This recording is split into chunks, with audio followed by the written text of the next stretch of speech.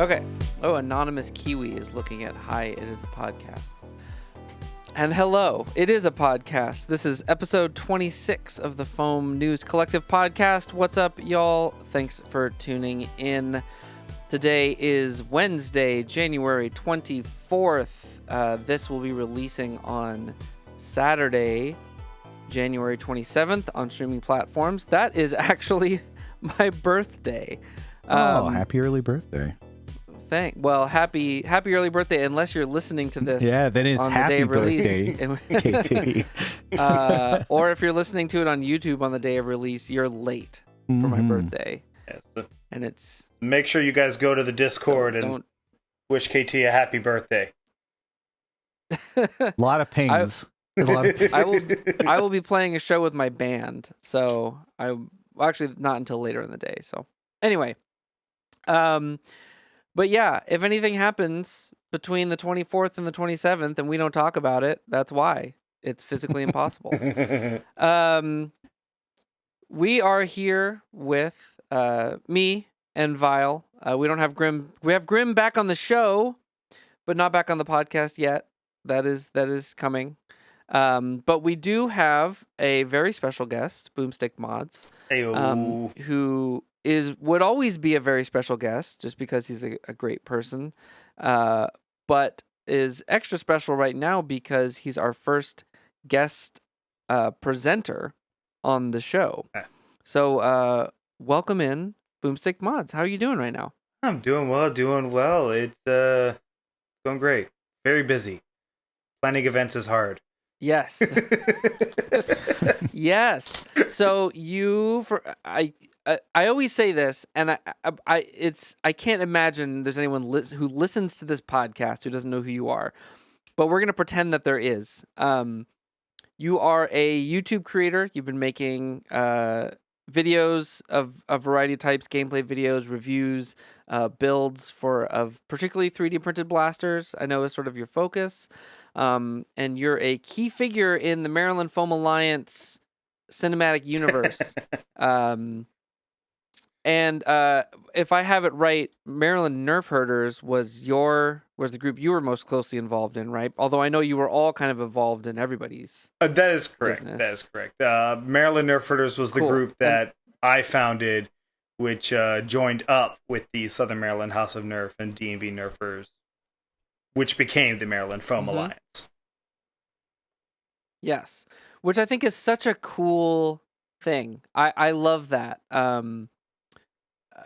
Maryland Mayhem last year was so great, and I think that having sort of the power of multiple groups, plus of course the HVZ group at UMBC, was just made for such a wonderful event, and I'm so glad that y'all have made the gutsy move of making it permanent. Oh yeah, would not be able to do. Has it seemed beneficial so far? Oh yes, it's been incredibly beneficial. Like we help each other out a lot. Obviously, the heads of the groups have been working together for the past several years. I want to say.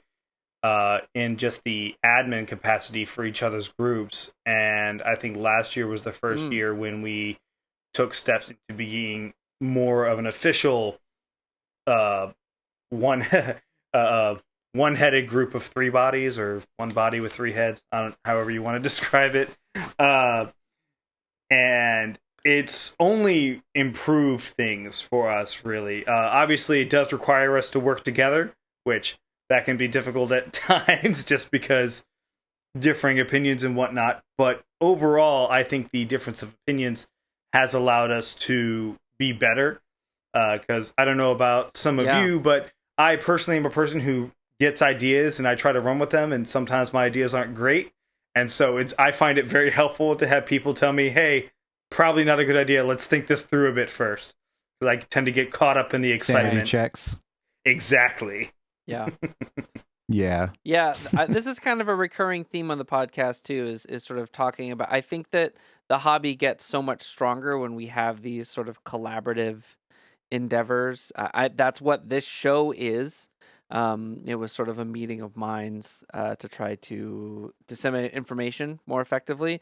We've talked to we talked early on to Maritime Foam about his collaboration with Foam Blasted when they were working on the Gauntlet, and then we talked with other Not Enough Nerf and Paper Skeletons about something kind of similar, and I think that all of these sort of like meeting of people who have their separate experiences makes what we do that much better. So I think that's really exciting that's coming through. And speaking of a meeting of minds, you're also a host of the Dart Jam podcast, which I've enjoyed for quite a while. Got started just a little bit before this podcast did, I think. I remember the first murmurings of it. And I know that y'all don't have a super consistent release schedule or anything. Like, it's kind of more topic based, right? Like, you just kind of decide, well, we have like a thing we want to talk about, and so let's do an episode. And it's kind of like whoever on the crew is available. Is that kind of right? Am I catching the vibe? Yeah, it's very much a hey, somebody has an idea for a topic, who is available to talk about it, and then we attempt to schedule a time for all of us to be on. Yeah. Because we started off with trying to get all of us on at once, but we found that 5 people on a single podcast is a bit confusing. So we brought it down to like it's hard 3 or 4 of us to try and minimize the amount of confusion. Because that was one of the big pieces of feedback we got, was when we had everyone on, it was very difficult to tell who was talking unless you were very familiar with that person's voice. Which is why we have kind of brought it down a little bit. And also, like, we've got people from the East Coast and the West Coast, similar to you guys here, actually, because I know Vile's West Coast and KT's East Coast. Obviously, I'm East Coast as well. But we're also spread across, I think we've even got some overseas, yeah. But it makes it difficult trying to find a time for all of us to record together, which is probably the biggest reason why we're so inconsistent with our uploading. We are still alive, in case you're wondering. We do have an episode that's supposed to be coming out whenever Spud finishes editing it, whenever that may be. That's the other thing, is we all kind of take turns editing, and none of us are particularly quick at editing podcasts.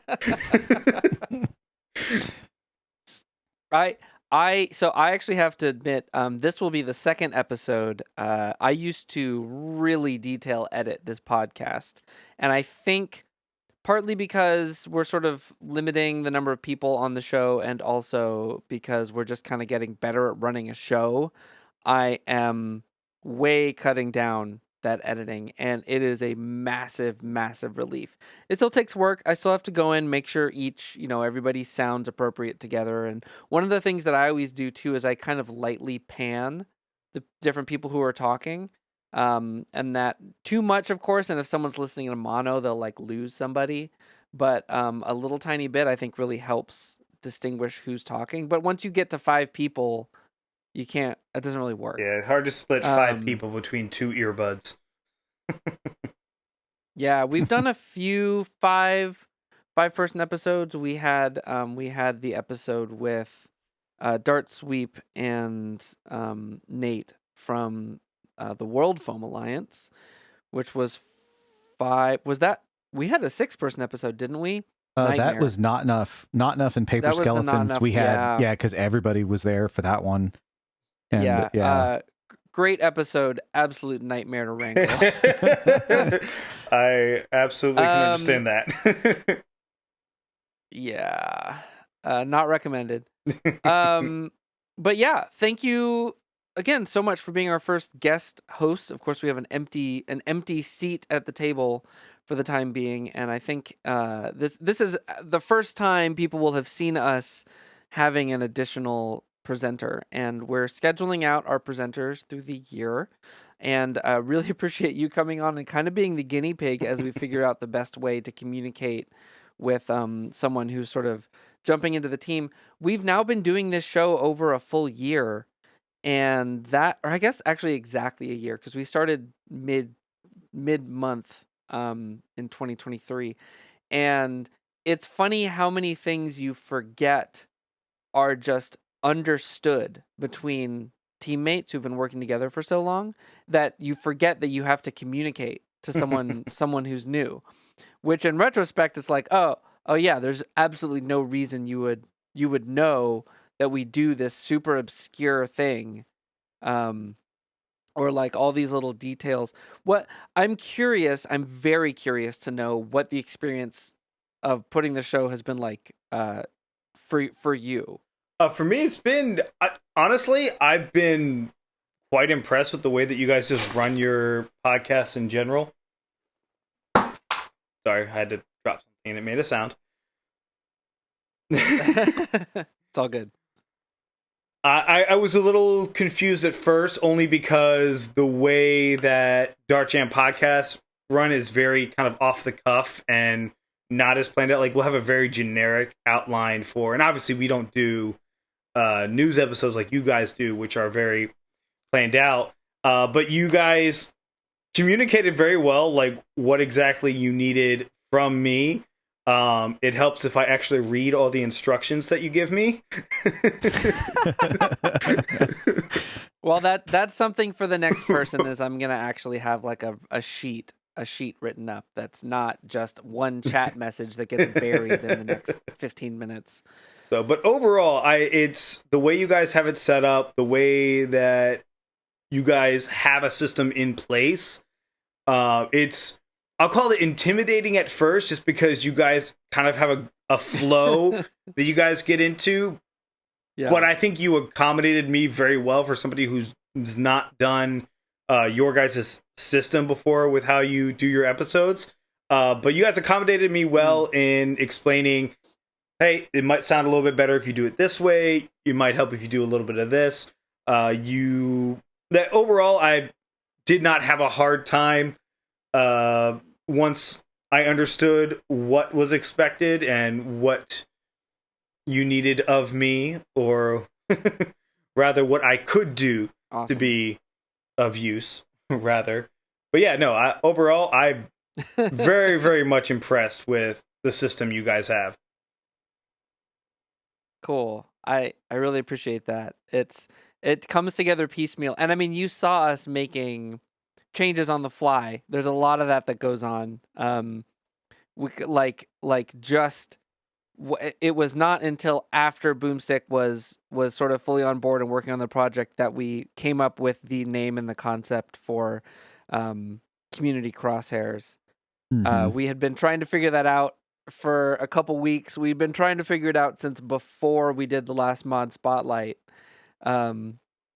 But you hopped right on board, which I really appreciate. A lot of things that have stuck around and become permanent parts of the show kind of came up. And I gotta say, I love the whole Community Crosshairs thing, because that allows you guys to show off more, obviously, because you're not limited to just one mod spotlight. It allows you to do more than just showing off mods. And when you said that idea, I'm like, that's awesome. I'm a big fan of Community Crosshairs, so I'm happy to be a part of the inaugural Community Crosshair.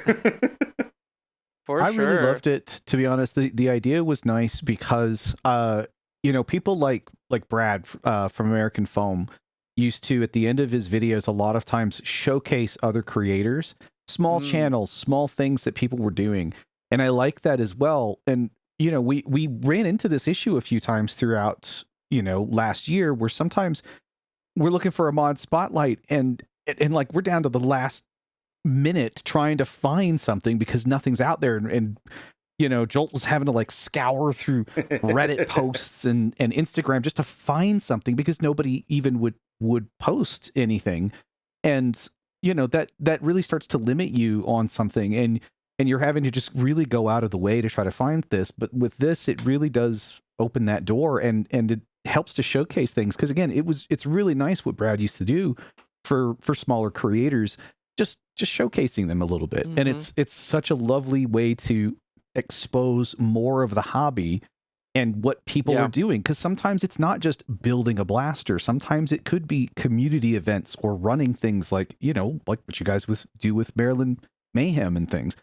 There are smaller venues and smaller clubs, there's a great opportunity to showcase them and see what interesting things they might be doing, or fun locations or game types or something. It's really, really nice, and I love the idea. And there's so many things that are so cool that people are doing that just aren't news stories, and this gives us an opportunity to cover those. I mean, a stated goal, the central stated goal of the Foam News Collective is to uplift creators in the community, right? Like that, like it's to disseminate information in an entertaining way, and to give more exposure to people who are doing cool stuff in the community. So it feels so natural to have a segment that is just specifically doing that, and not locked into worrying about like what's news and what's exciting and what gets clicks or whatever. Like it's very pure. So cool. I'm really glad to have you on board with the first one of that. And speaking of recurring shows, I guess, and like showcasing, actually, no, this is perfect because Merge Masters is coming back, and it is also showcasing the works of the community. And it's a modding sort of competition show. I mean, I know Boomstick, you know more about it, and Vile, you did the research on it. Why don't one of y'all take it away and kind of explain what's going on here, and sort of how this return maybe might be different or build on the old version of the show? Yeah, I mean, it's like I'm in Mr. Nathan's Discord, and we were talking about it a little bit. People have been wanting this integration competition to take place for a long time. The first 3, like, there was 2018 was the last one, if I remember correctly on the research. I didn't find anything after 2018. When did it start? Oh, it was I want to say it was 2017. I don't remember. Nathan said in his video that it was quarterly, but I don't know if it only happened, like, did it start in 2017 and end in 2018? I didn't really get through the full, like, exact dates of when they started. But the point of it was to bring in integration work and bring in these people who loved to do integration type blasters. And that used to be a much more commonplace thing in the hobby years ago. Obviously, Boomstick, you stated that you've done integrations years ago, like however many years ago it was. I don't know if you remember your last time you've done an integration. It was years and years ago. Last completed integration, because a couple years ago I think I started an integration, but the last integration I completed was a double Sledgefire, and that was years ago at this point. Yeah, I am not a good I'm not a merge master. I'm not good at integration. I've done it because I wanted to do something, and then 3D printing came along, and I'm like, you know what? I'm going to do that. I'm going to do that instead. Yeah, well, I mean, that's part of the problem is 3D printing came along, and it really it overshadowed. It really just took over the space in the hobby, because back in the day, integrations used to be sort of a means to an end, making the blaster that was perfect for you. And sometimes that could be increasing the length of it, or increasing the size of it, or adding an underslung barrel, or a whole slew of different things. And now when 3D printing, it becomes so easy. A Strifle kit is just a couple of 3D printed parts and, a couple of cuts, and you're done. And the whole point of what people used to do with integration work was there was a lot of ingenuity that had to come with it, whether it's through what type of bonding materials you were using, what kind of, how you come up with your body lines on these parts. And we've seen that through even some of the mod spotlights, and even this week in the community Crosshairs, just how people can really just redesign a blaster almost from the ground up from something that they got off the shelf. And it's impressive, because it's not just somebody's really good with spray painting, or somebody just glued something to something else. It really it's such a exhibition of just how much skill and creativity goes into creating these one of a kind blasters. And we've been able to meet so many people that seem to just keep doing it regardless, even though, you know, they don't necessarily get the spotlight on them anymore. Those things aren't, you know, getting top votes on Reddit. They're not really hitting all of the Instagram posts or getting top, you know, views on YouTube like they used to, because, you know, everybody's looking for those really hot 3D printed blasters nowadays, since they just are, you just hit print, you put them together with hardware, and it does whatever you want it to. Yeah. I will say... So I think this was a really fun one to see, just finally coming back. It's nice to see that Mr. Nathan's taken charge of that one. Oh, yeah. And it's been nice, because I actually will say, there seems to have been, either I've just been noticing it more lately, or there has been an actual uptick in the amount of integration work I've been seeing online, or at least on Instagram alone.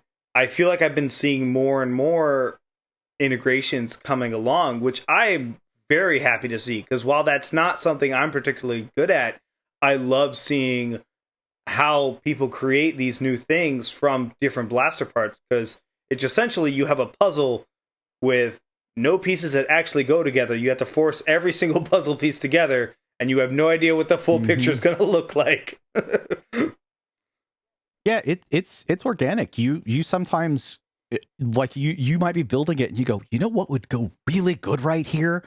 This. And you just go and you dig through a pile of trash and you find that one part and you put it on there, and sometimes it doesn't look that good, and sometimes it's just like, I would have never thought of that. That's an amazing idea. And it's something that when you're around a lot of people that have that, like, if you're in that community of people that do that type of stuff, everybody's sort of piecing together and getting ideas and getting inspiration from one another. And it's nice that community was still sort of, you know, it got tucked away for a little while, and it's been, you know, slowly working on stuff, and people, myself included, obviously, I've really started to get heavy into trying to do integrations, and I need to complete some of them, but you know, the sort of idea of what you can create that no one else has. I love the sort of individuality of whatever people build.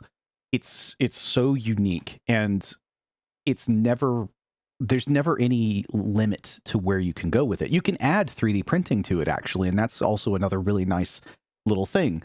Even again, the one that we featured with Iron Gopher actually has a 3D printed heel cover on the grip that he integrated. Like, he actually combined it with the grip and sanded it down so you wouldn't see the printed lines.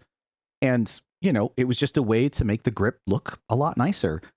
There's nothing wrong with adding it. It's a supplementary piece that you can totally do. And it's nice to see, again, that there is sort of an uptick. And I think it's just the fact that so many people were doing it in this sort of little group, and that kept inspiring more that were just hanging out in the group to try their own and so on. And it's just been sort of flowering from there.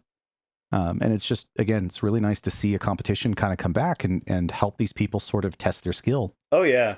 It's funny you mentioned that. Do we think that having a show like this come back will increase the quantity of this work that's being done? Do you think that's enough to inspire people who are not currently practicing this craft to really dig in and try? Oh, absolutely. I think for a lot of people, I wouldn't doubt it. For a lot of people, the only thing they need to do to inspire, the only thing they need for inspiration is just seeing that this is a thing that they can do.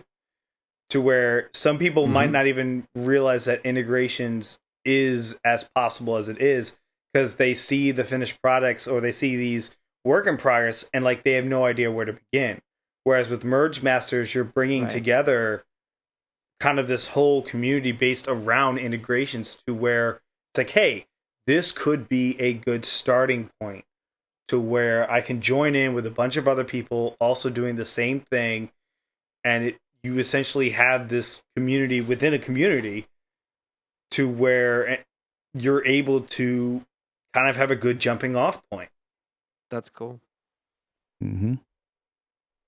I would also say there's a nice thing about this is since there is almost a localized place, obviously Mr. Nathan's server is a great location, a great place to get information. If you don't know something, now there is a collection of individuals that can really give you the details of like, oh, this is how you do this.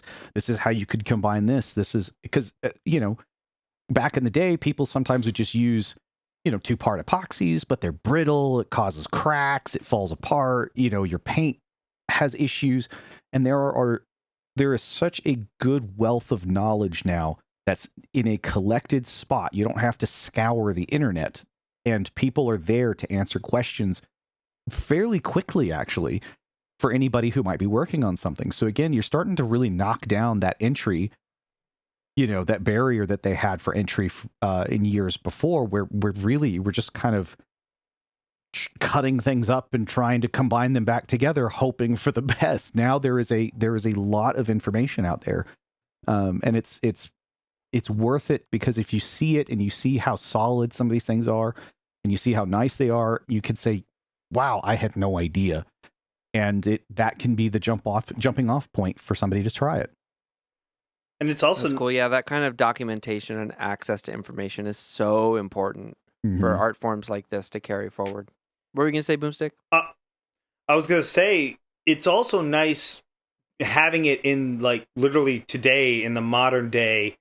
I say modern day, but in 2024, you have the resources and stuff that's happening currently, instead of having to go back and look at perhaps previous years, to where looking up information and whatnot might be more difficult in finding the exact resources that you need, as opposed to having it happening now. It's much easier to get the information you might need.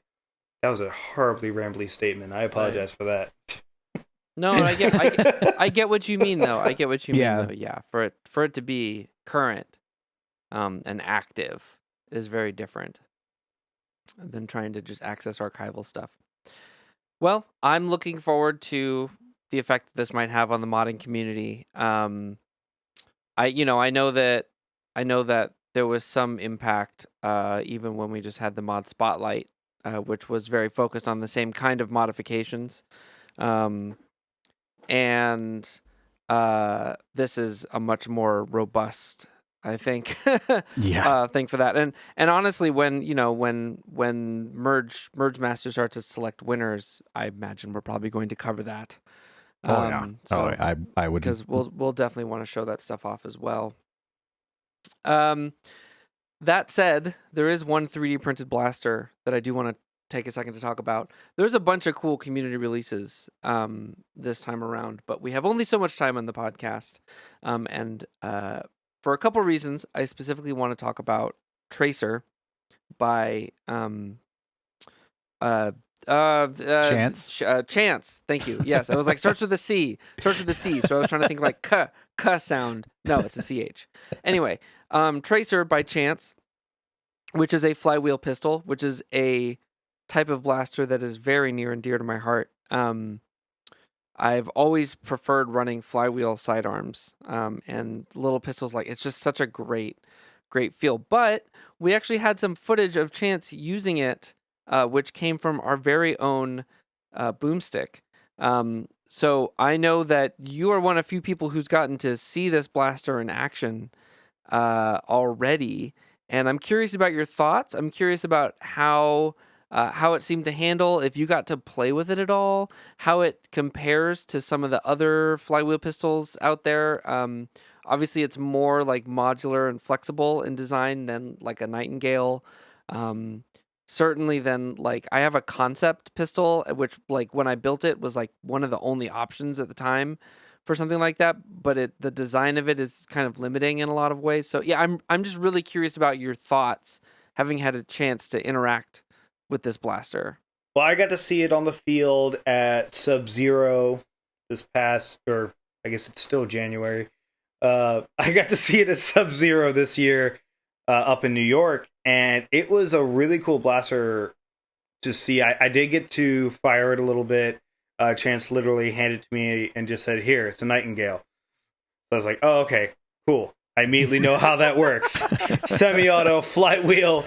Obviously, one of the big pros is the fact that you're not limited to Nightingale mags, which is, I know, one of the complaints people have with the Nightingale is the fact that you do have to use those mags. Now, while the Traceur is a bit bulkier, it also has a really nice toy aesthetic. I think I was telling Chance that if you print it in the right colors, you could make it look like the head of a duck.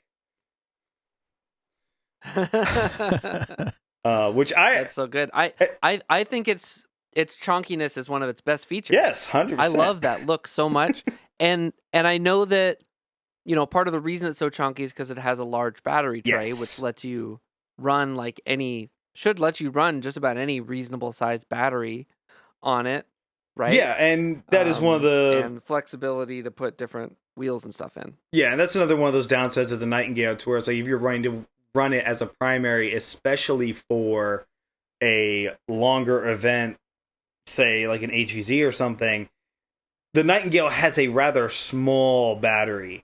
And while it does last a decent amount, I think being able to have that larger battery makes it more reliable as a primary, because you're not worrying about wearing that battery down as much, which is nice.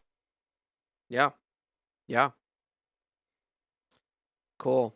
Well, I'm excited for this. I think it's cool that this popped out as like a full release. We see a lot of stuff come through.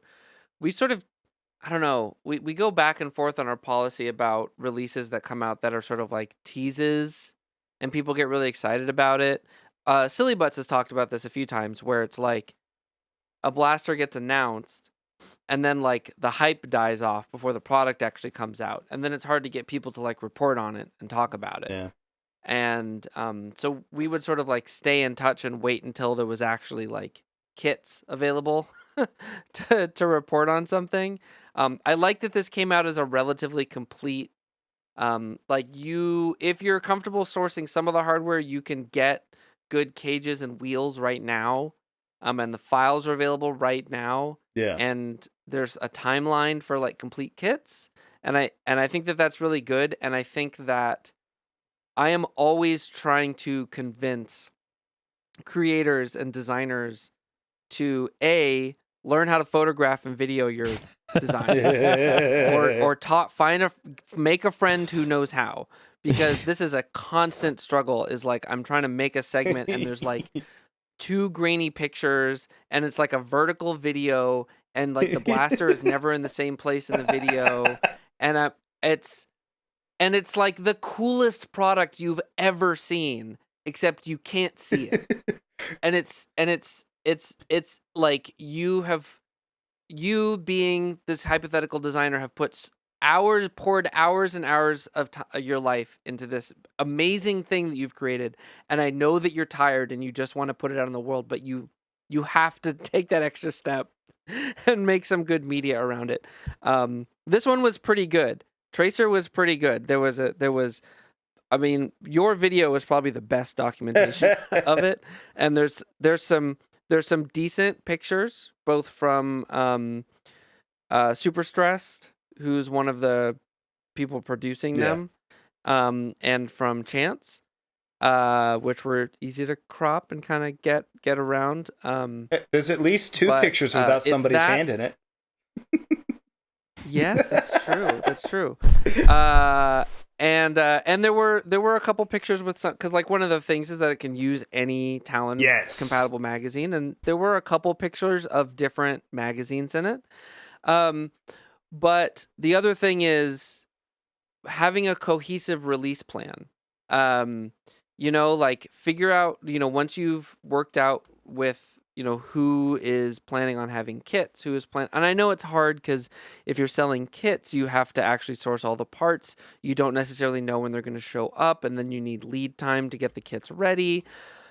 But like, I think patience is part of it, like just waiting. As a musician, we deal with this all the time. It's like we spend months and months recording music, and it's like, it's going to see the light of day in like 6 more months because we have to get it mastered, do all the art, make some videos and stuff, press the CDs, get them all in, then ship them to distributors. And it's like, you just have to accept that there's a gap. gap in that time, and it really, I think there really is a benefit to being like, this exists, you can just buy it right now, as opposed to like, this exists and then a million people asking, where can I get this, where can I get this, where can I get this. It's like it's like the seagulls in Finding Nemo. Mine. Mm-hmm. I will say it is easier with flywheel blasters to source a lot, because a lot of the hardware for flywheel blasters is fairly basic if you have a 3D printer, obviously. Yeah. Because mostly it's motors, wheels, screws, switches, wires, things that a lot of modders already have. So it's not like a Springer, which requires like custom drilled bars and plungers and everything like that. But I do agree. Although interestingly, flywheelers have been getting more specific, interestingly, because now we have wheels and we have micro wheels and we have so many different varieties of, like, a lot of designers are sort of specifying a narrower range of, not the Traceur really, but like many designers are specifying sort of a narrower range of like wheels that they intend for their blaster to work with, or motors that they intend for their blaster to work with. And you know, it is all sort of cross compatible. Like, you can, like, if it takes the regular motor size, you can stuff whatever you want in there, but you won't necessarily be getting the performance that the blaster was designed to work with. But obviously you're right. Like, it is generally much easier to put together a hardware kit for a flywheeler than it is for a Springer. And if you can solder, easier to put them together and have them just work, frankly. It's interesting that you mentioned that, just because I've had to modify several different flywheel cage covers because they weren't designed to work with the band blaster wheels, which are slightly bigger than the standard size. And so I've had to go into a couple of different blasters. It's like, all right, upload this to Tinkercad, cut away a little bit just so it stops rubbing on the wheels. But no, that's an excellent point. You make a excellent point there. Yeah, we are getting more specialized, which is not a bad sign for the hobby overall. You know, it shows sort of a degree of a sort of higher resolution of concern for like the things that we're trying to achieve with specific blasters, but it also can make it harder for, you know, if you're a younger builder and you're trying to put together your first whatever, and you know, you have a very small stock of parts. Yeah, you know, I have a bazillion motors and wheels, but I may or may not have the right ones for XY blaster. So whatever, you know, it's a balancing act. Yeah. I'm excited for this thing. I'm excited that it takes such a wide variety of different options. I definitely want to build one at some point, or maybe just buy one. I don't know. We'll see. But yeah, it's definitely my aesthetic among other things. So that's pretty sweet. A little bit less my aesthetic is some of the new stuff that Nerf has coming out, and we got a great run of leaks from Chicken Master 99, who gives us these great target scans. That was a previous episode, and this time these aren't really leaks per se. They're just sort of early postings, but leaks is a very clickable title.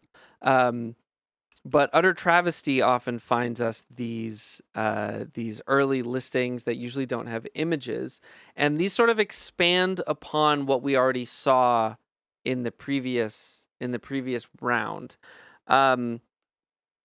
And the more of a picture we get sort of where the Nerf line, these are all Nerf brand ones, whereas the previous set had X-Shot and Dart Zone stuff as well. The more we get of this, I guess I'm just trying to figure out where they're going. So let's start with the Pro products.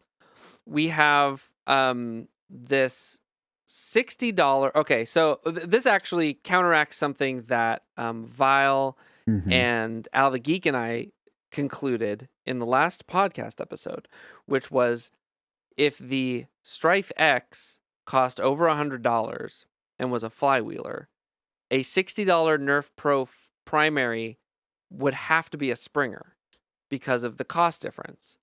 But it is now explicitly listed as a primary flywheeler for $60 in the Pro line. So I'm trying to figure out, how do you get, I wonder if it is using a different, like a worse battery. I was going to say it might be the battery, because I know that with the Strife X, the battery was a very expensive part of it, since it is actually a LiPo, and basically all the board inside of that battery compartment is the safety charging system to make sure that it cuts out so you don't overdrain the battery and charging. The safety charging system, the circuit board, that is not an expensive. I know that. No. You know what? Chips have been challenging lately, so maybe there is an expense there. But they also have those like specially cast flywheels, which I imagine are part of the expense. I almost wonder if this $60 primary flywheeler is just, instead of a Pro Strife X, it's just like a Pro Strife.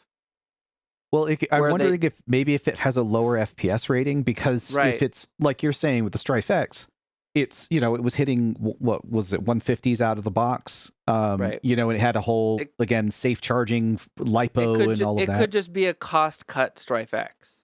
Yeah, it like a tuned down Strife X or whatever. Maybe it's running a 2S LiPo as opposed to a 3S or whatever. I have no idea, because even the motors were larger, weren't they? Weren't they also like 180 motors? They were 180 motors. So maybe they're bumping them down to 130s. Maybe it's a smaller battery. Maybe it's hitting lower FPS numbers, and they're making it sort of an entry pro level.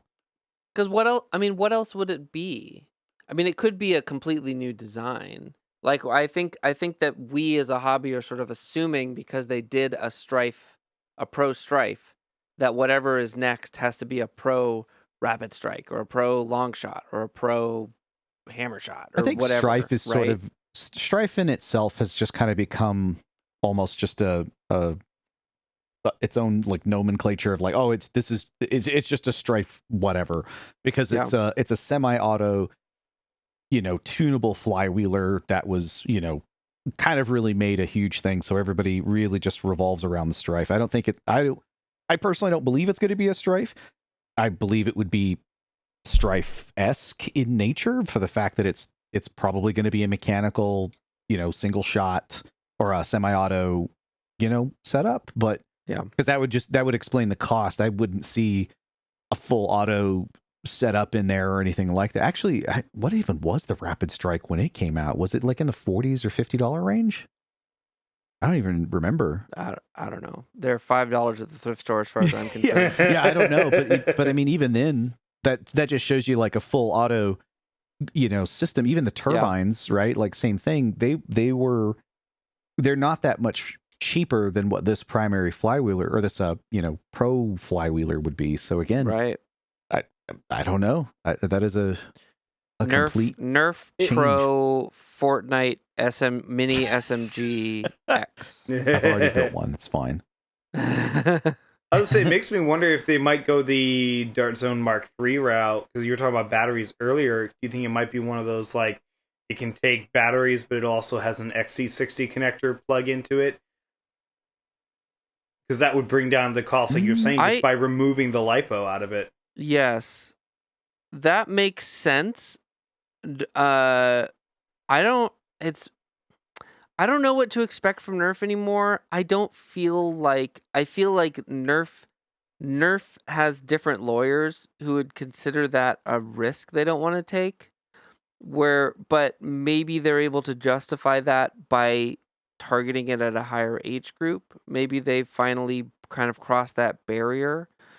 With Nerf ball especially, maybe that's part of the barrier they needed, was a pro level. Maybe. Like where because even the videos, there's no kids playing, it's all adults basically playing Nerf ball. Right. Maybe that is the threshold. Dart Zone if they ever officially acknowledged the XD60 connector in the Mark III, it was quite a while after the blaster came out. It was never a listed feature. And like there is a liability reason for that. They knew that people would find it immediately, but they could not state it as a feature on the blaster. Would Nerf ever put effort into putting something in? Again, Dart Zone has put a lot of effort into focusing on the hobby as a target market. On Nerf's scale of business, the hobby is not a relevant target market. We are simply not large enough. We do not have the buying power for Hasbro to actually care about us. And that's why, even though I think Nerf Ball is really cool and it has a lot in it that we can borrow and use, even just the game type itself, it's not targeted at us. It's targeted at people who are interested in athletics and sports and also remember Nerf blasters. Yeah. And so I don't feel like they're at the point where they're ready to do something like that. That's like a hidden feature that just the hobby will get. The only thing I could even say is just the creator. Obviously, we know that that two of the creators that were really paramount in the creation of the Strife X are also people who are like members of the hobby as well. Right. So maybe this is maybe it's something again like an attempt. So like the Strife X was a kind of a go with this. It's a safe bet for Hasbro. Put these things in there because I mean everything is basically a worker upgrade in on a Strife, and that's what the Strife X kind of was. So maybe this one is maybe it's a new blaster, maybe it's slightly smaller, maybe because remember they're just kind of reusing a little bit of the old shell for the Strife as it was, and you know that did add quite a lot of extra plastics. It's you know they were retooling old molds probably. There could have been a lot of things that went in with that. Maybe this is now their actual entry of here's our budget pro line flywheeler that we were actually able to make, but we needed to get the Strife X onto the market to kind of raise the hype over Nerf Ball or whatever. So maybe that's what it is. I don't know. I mean, that's the only thing I could even think of. So there's also a $30 sidearm, pro sidearm, which it's a Pro Jolt. I mean, I feel like everybody's saying hammer shot. I feel like we're more likely to see a disruptory strong arm sort of thing. Yeah, I would be more inclined to see that. We could put like maybe they get that thing to hit like 90 or 100 FPS, which is something that the hobby can do quite easily. Well, I mean, even Dart Zone did it with the Blitzfire. That was 100, basically 100 FPS out of the box. So, and it could take half darts too without modifications, right? And that's the question. Like, do we think, or not Blitz? Are we? Was it the Blitzfire? I don't know. There's the little X shot thing that can take half darts. What were you saying, Boomstick? Sorry. Sorry. Oh, you're fine. I was just saying, like, it makes me wonder, like, are they just going to be repurposing an existing one like they did with the Strife, or is this going to be something new? Because we've only seen one offering from the Pro line. It could go either direction. It could be a situation where they're repurposing an older design and giving it more power, or it could be something new. Like, it all depends on what we're speculating, or I really have no idea. I have no idea what Nerf could be doing with these two offerings. I'd like to know what each of you think, because I would honestly rather just see something new. I'd love absolutely to see something new personally. We have seen it though with Nerf specifically. There is always sort of a repackaging of similar stuff, so for cost cutting reasons, maybe that's my only worry, is that it's going to be repackaged something, which a lot of people are going to jump to right away. I understand like that frustration, because I want something new as well, but for company that's trying to make money, that repackaging whatever they can get is always going to be more profitable. Yeah. But yeah, the flywheeler has me the most confused. The sidearm can be just a like you said, sort of a repackaged old blaster that's been it's gonna given be some little Springer. Yeah, it's because a lot of people said that with the darts that they're offering, they can't do a Springer, but at the same time, even with larger headed darts, like say waffle headed darts from Adventure Force, you can load those into Springers no problem if they're front load. And well, they're also saying a mag fed Springer. I think it's just gonna be a little front load guy. I feel that it's going to be a front load. I because if it's mag fed, remember the darts are the AccuStrike darts, and the heads on those were fairly too large as it was, and they do drag heavily on the barrel, and that would just be killer for a pro line. But even if you do front load it, you can still get decent numbers, at least close to 100 with certain blasters and very short barrel lengths. So that's why I'm leaning to the same thing of a front loader. But all right, well, we'll see. Meanwhile, they also have this N series. There's been so much confusion with the naming on all of these things, because in the Target leaks that we got previously, every leak said N series at the beginning of it, but now there's a specific list of things that say N series. It's the Ward for $5, Agility for $10, $20 Pinpoint, $50 Infinite. People are going to say, oh, the Nerf Infinite is coming back. That is not, no. There's almost no way that that's happening. Maybe they're bringing back like the mechanism or a similar mechanism, or they have some kind of reloading mechanism and they're calling back to that. They're not remaking the Nerf Infinite. There's like a 0% chance that that's the case.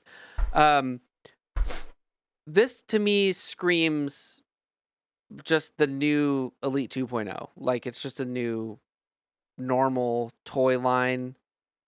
There's so little information. I don't feel like Ward, Agility, Pinpoint, and Infinite gives us any sense of like, unless I'm missing something, I don't feel like that gives me any sense of like a vibe or like a theme for these blasters. Actually, with I was about to state it might be another AccuStrike line coming back, because I was thinking of pinpoint and stuff like that.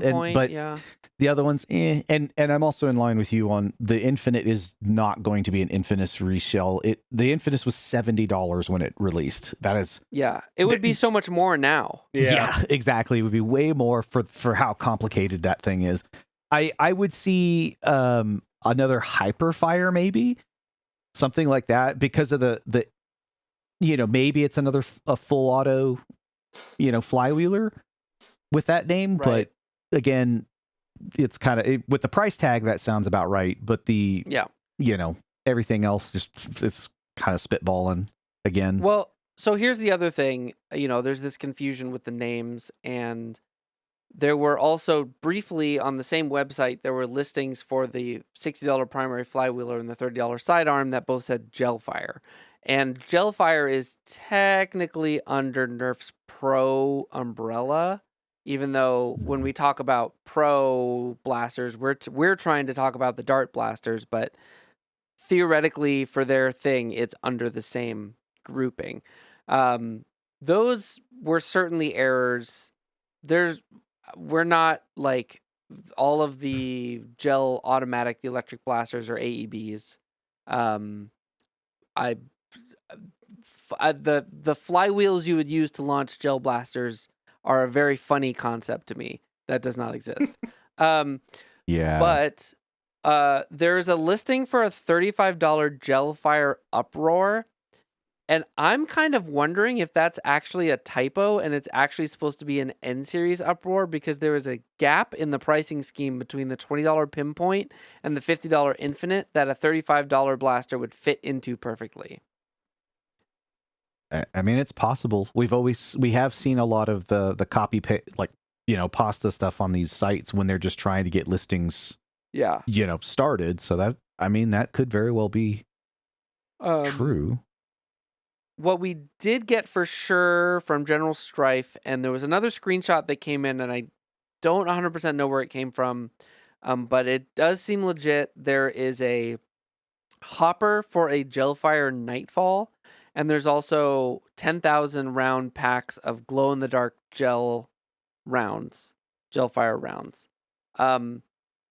So it's Nerf is clearly coming out with a whole glow-in-the-dark Gelfire line, having just sued the pants off of Primetime Toys and like everybody else to try to force them to stop making gel. Meanwhile, stores are pulling gel bead products from the shelves, and some stores are even pulling Gelfire products from their online marketplaces. I mean, I don't even. What's gonna happen here?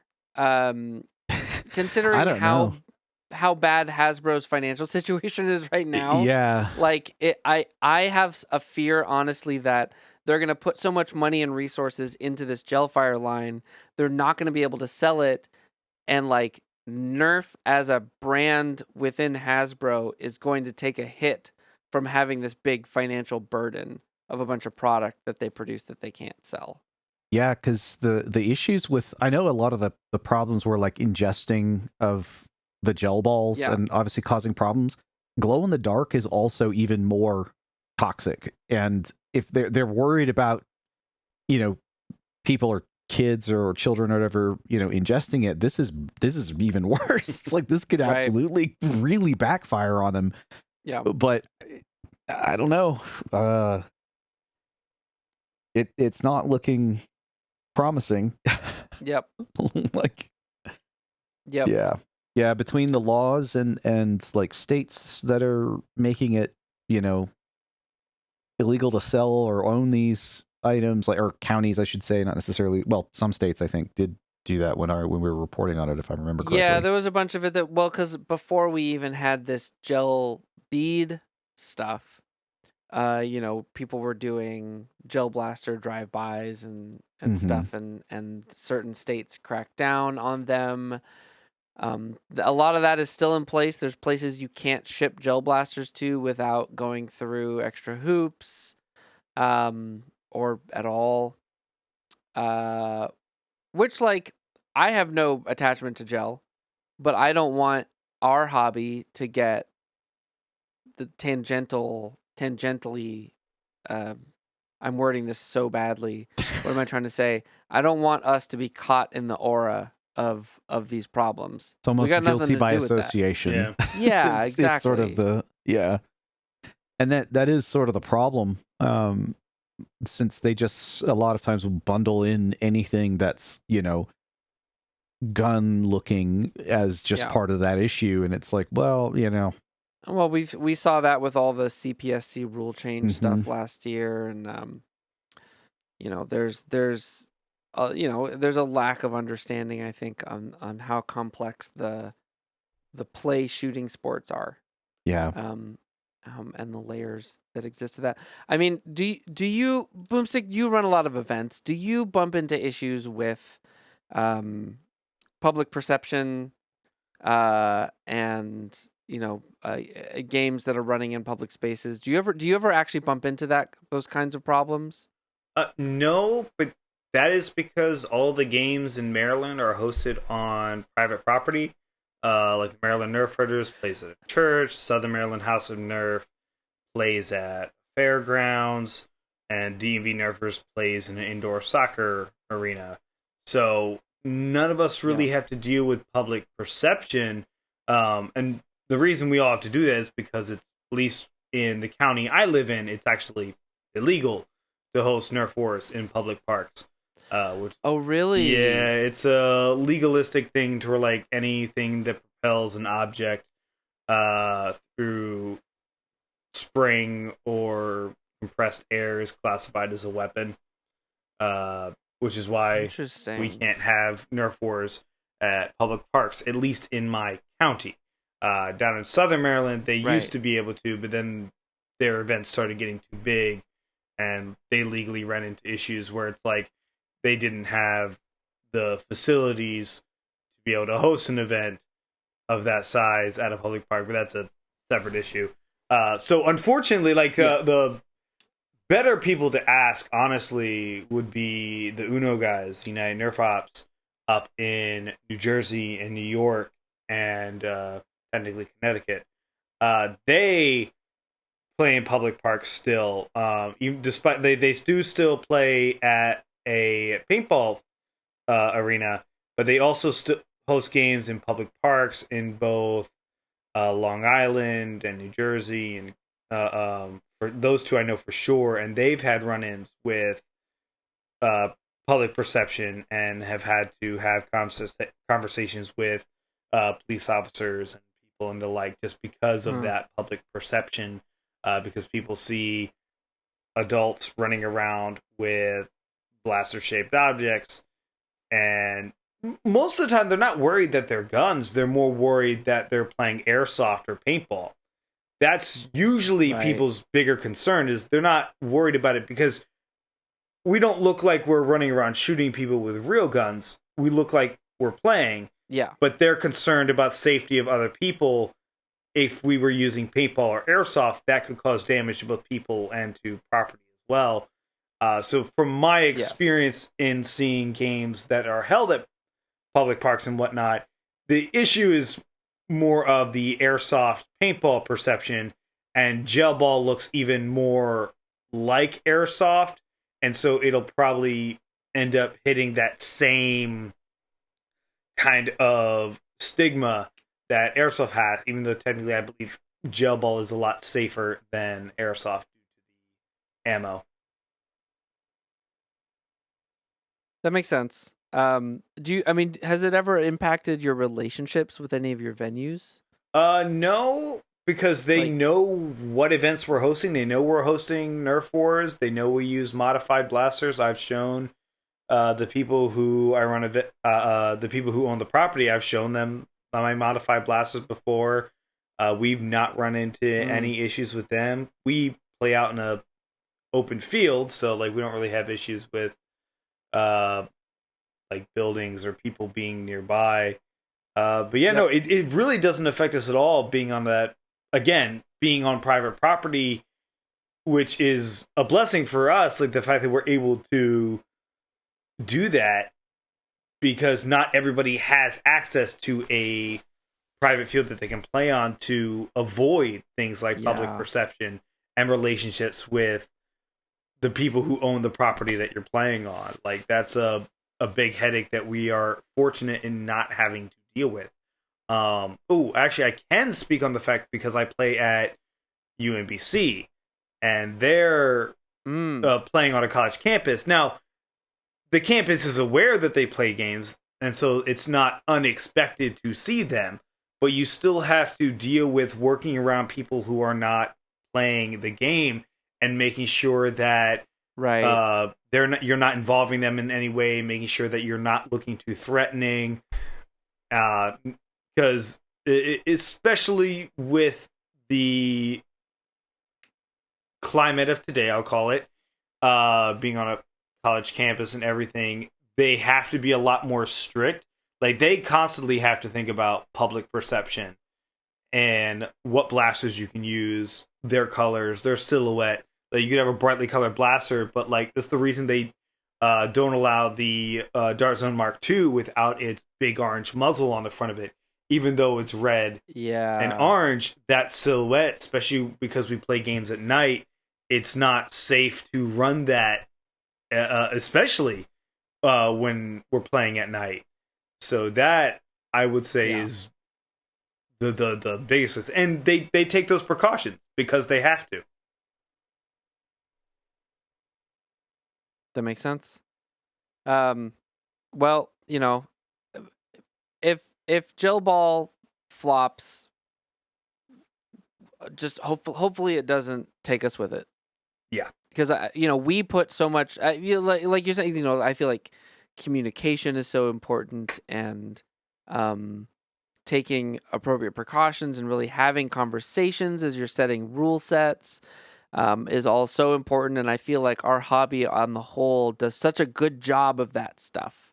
And I don't feel like gel ball has that kind of community and has those conversations going on in the same way. So I just hope that we don't get splash damage from what seems to be happening with the gel ball world. And speaking of failed products, we can segue through the Nerf dart sweeper, which I just saw one.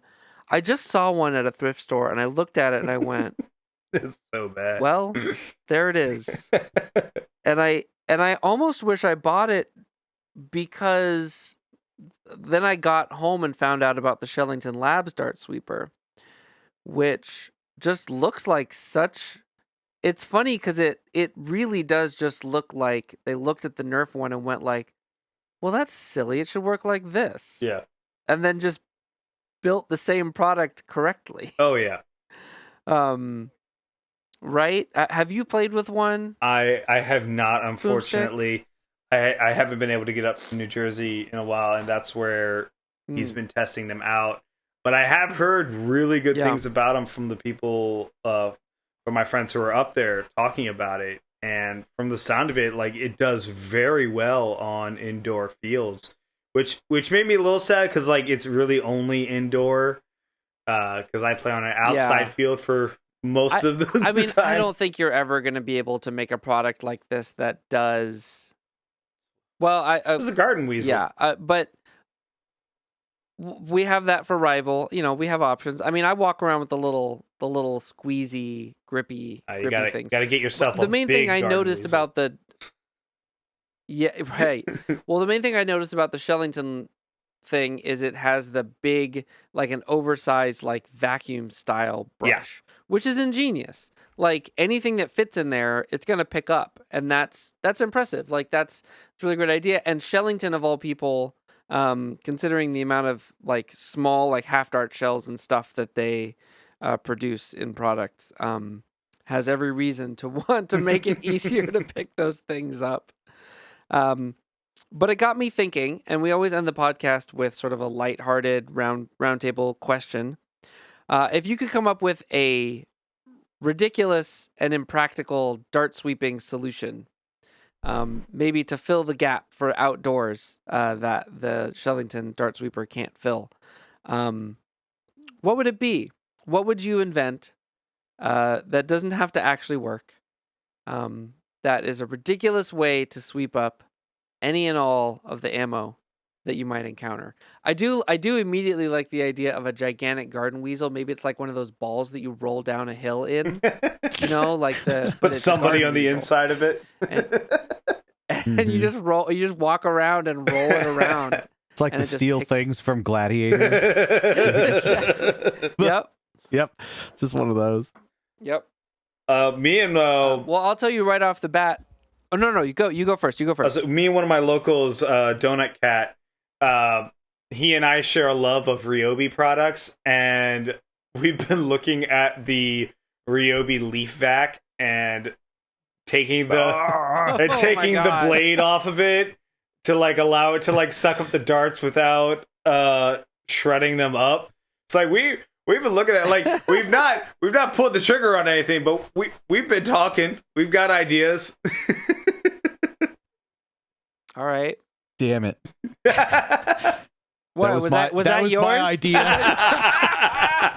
I literally have a Ryobi leaf blower, and I've been looking at this question for like the past 20 minutes, and I'm like, oh, I got a good one. I know exactly what I'm gonna do. Boomstick and Donut Cat out of nowhere already had the same freaking idea. I've been teasing it, and I'm like, oh. That was my first thing, and I was thinking of like, you could put a little sifter in there that makes sure that it can still pull debris through, but it's small enough that the darts will get caught, and if you have a cutout on the bottom, eventually they can start to make their way down, because if you get enough darts, if you let go of the trigger, they'll just fall into like a dump pouch, and you can like I'm just sitting there just thinking all of this up. You got to combine it with the Paper Skeletons 3D dart sifter and combine it into that. So it sorts the darts while it's vacuuming it up. It'll sift them all, and then you just have 4 individual dump pouches that just separate everything as you need it. It's perfect. This idea is flawless. The Lego community is slightly ahead of you because people who do those big builds that are like, you see people who do a build that's like a big boat and they make like a giant tray and they just fill it with the single stud clear blue pieces to make water. People have like handheld vacuum cleaners that they never put dirt in. It's just dedicated to picking up all of those Lego, all the loose Lego in those things. Yep. That's all they ever use it for. Yeah, they got it hooked up to a shop vac, and they've got like a whole bunch of different levels that catch the Legos at different. There you go. Different sets. I've actually seen somebody, well, not in person, but I've seen online people's Lego vacuum builds that also sort the Legos while you vacuum them up. It's very cool. That's sweet. Well, my idea though is a dart sweep Zamboni. Just like a golf cart, but it's like but it's a full Zamboni. It's well, I mean, what they make those, don't the golf carts, they make those like golf ball pickup things that drive around. They do. So we got to start with that, and just size down the pickup thing so that it's picking up softer, smaller objects, and I'm on driving. Board. I'm on board for that. Yeah, I'm telling you. Yeah, I mean, it's essentially just a giant garden weasel that you ride on. Yep, it's true. we have returned. You can even it's in a cage. What's even better, it's fully encased to protect the driver. You could be dart sweeping in the middle of a game. Yeah, see? You become a target for everyone. See, that's the kind of dart sweeping that people will want to do. Exactly. Like, everybody be clamoring to Mom said it's my turn on the dart Zamboni. Perfect. I love it. And that's the podcast title. I love it. Write that down. Anyway. No. All right. Anyway. So great. We've solved all the problems. Zamboni, get in touch for licensing this idea. We look forward to your email. Patent pending. Yeah, Zamboni apparently is like still, I think, like a family-owned company, and they're like the only ones, that make ice resurfacers. Huh. And I know somebody that drives one. I've even commissioned him for art. I wanted to be someone who drove one, actually. Did not come through. The Zamboni story. After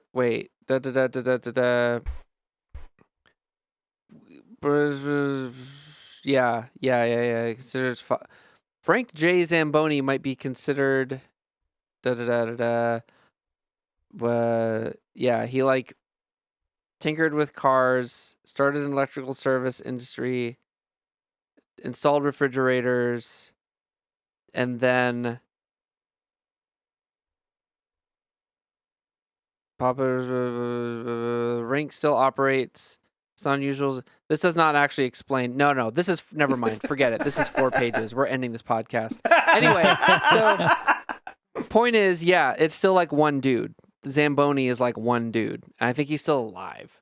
Anyway. Oh man, we had a question that popped up after we had started. That means he can call us about our dart sweeping idea. That is what's going on here.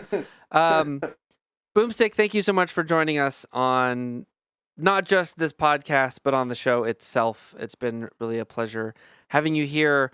Will you please tell the good folks where they can find you on this wide internet of ours? Yes, you can find me as Boomstick Mods pretty much everywhere. You can find me Boomstick Mods on Facebook, Boomstick Mods on YouTube, Boomstick_mods on Instagram. I technically have a TikTok, but I don't do much with it. But it is there. Yep. Mood. Fabulous. We will link to some subsection of those things down below, whatever you're enjoying this on. Vile, what's the news? Anything special? Anything new going on? Vile is probably streaming right now as you listen to this. It's true. I am definitely streaming, and I'm Wouldn't you know it? I'm doing an integration. Crazy.